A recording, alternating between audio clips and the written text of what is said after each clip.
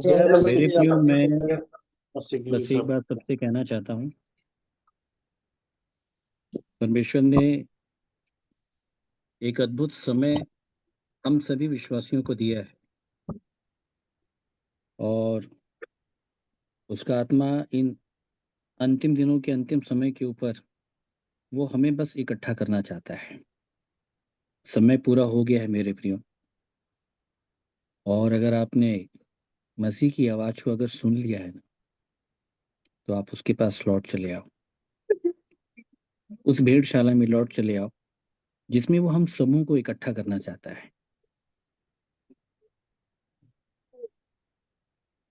और बहुत दुख मुझे तब होता है, कई बार लगता है कि प्रभु, इतने दिनों से बहुत सारी बातों को बोला जा रहा है, बताया जा रहा है, लेकिन पिताजी लोग कदम नहीं बढ़ाना चाह रहे हैं। पिताजी कदम क्यों नहीं बढ़ा पा रहे हैं, क्यों नहीं बढ़ाना चाह रहे हैं? तो बहुत दुख होता है मेरे प्रियो। और फिर कुछ समय के लिए मैं मौन हो जाता हूँ, कुछ बोल नहीं पाता हूँ। लेकिन कुछ समय के बाद, कुछ महीनों के बाद, फिर एक प्रतीति होती है मन के अंदर कि नहीं पिताजी, ये कल नहीं सुने तो क्या हुआ, शायद आज सुन सकते हैं। और मैं उसी प्रतीति उम्मीद के साथ मैं वापस आता हूँ कि पिताजी, कैसे भी करके आपके लोग आपकी बात को सुन लें, आपकी बात को समझ जाएं मेरे प्रिय।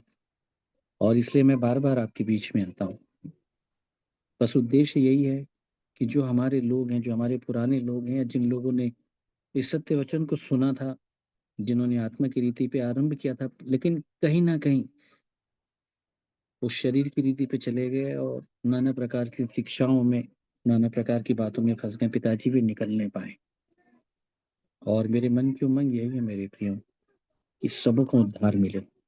और उसी के लिए हमारा मेहनत है, उसी के लिए हमारा परिश्रम है। और इसलिए अगर आप परमेश्वर के वचन को पहुंचाने के लिए अगर आप मार्ग तैयार करेंगे, परमेश्वर इसमें आपको सहभागी करना चाहता है मेरे प्रियो। क्योंकि आज बहुत सारे लोगों को आवश्यकता है, इन वचनों की आवश्यकता है। मुझे बहुत दुख होता है जब मैं बहुत सारे प्रचारकों को देखता हूँ। मैं आज भी खाना खाते समय यूट्यूब के ऊपर मैं किसी न किसी के संदेश को लगाता हूँ। लेकिन बहुत दुख होता है कि ये बातें जब सुनने के लिए नहीं मिलती है, तब लगता है कि बोझ बहुत बढ़ जाता है कि पिताजी, ये काम आपने हमें दिया है पिताजी, और ये ज़िम्मेदारी का बोझ हमारे ऊपर है और हमें इसे उठाना है। लेकिन जब मैं बोझ उठाने के लिए देखता हूँ, तो मैं कई बार अपने आप को अकेला पाता हूँ। कई बार ऐसा लगता है कि मेरे साथ मेरे बहुत सारे भाई नहीं हैं। मेरे साथ मेरे बहुत सारे भाई आ सकते हैं, मेरी बहुत सारी बहनें आ सकती हैं, बहुत सारी ऐसी स्त्रियाँ आ सकती हैं जो उस समय भी सेवा करती थीं। प्रभु यीशु मसीह के लिए वचन सुनाने का द्वार खोलने का काम करती थीं। मेरे प्रियो, अगर हम ईमानदारी के साथ इतना ही कर लेंगे ना, यकीन मानिए कि पूरे भारत देश के ऊपर और पूरे विश्व के ऊपर इस वचन के द्वारा बहुत तेरे लोगों को परमेश्वर इस अंतिम समय में इकट्ठा कर लेगा। और इसलिए ऐसे समय के ऊपर परमेश्वर काम करने के लिए आपको बुलाता है।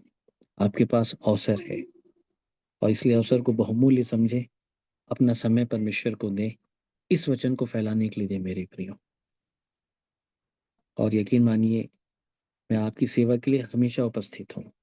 आप जहाँ बोलेंगे मैं वहाँ उपस्थित हूँ। मुझे किसी से कुछ नहीं चाहिए।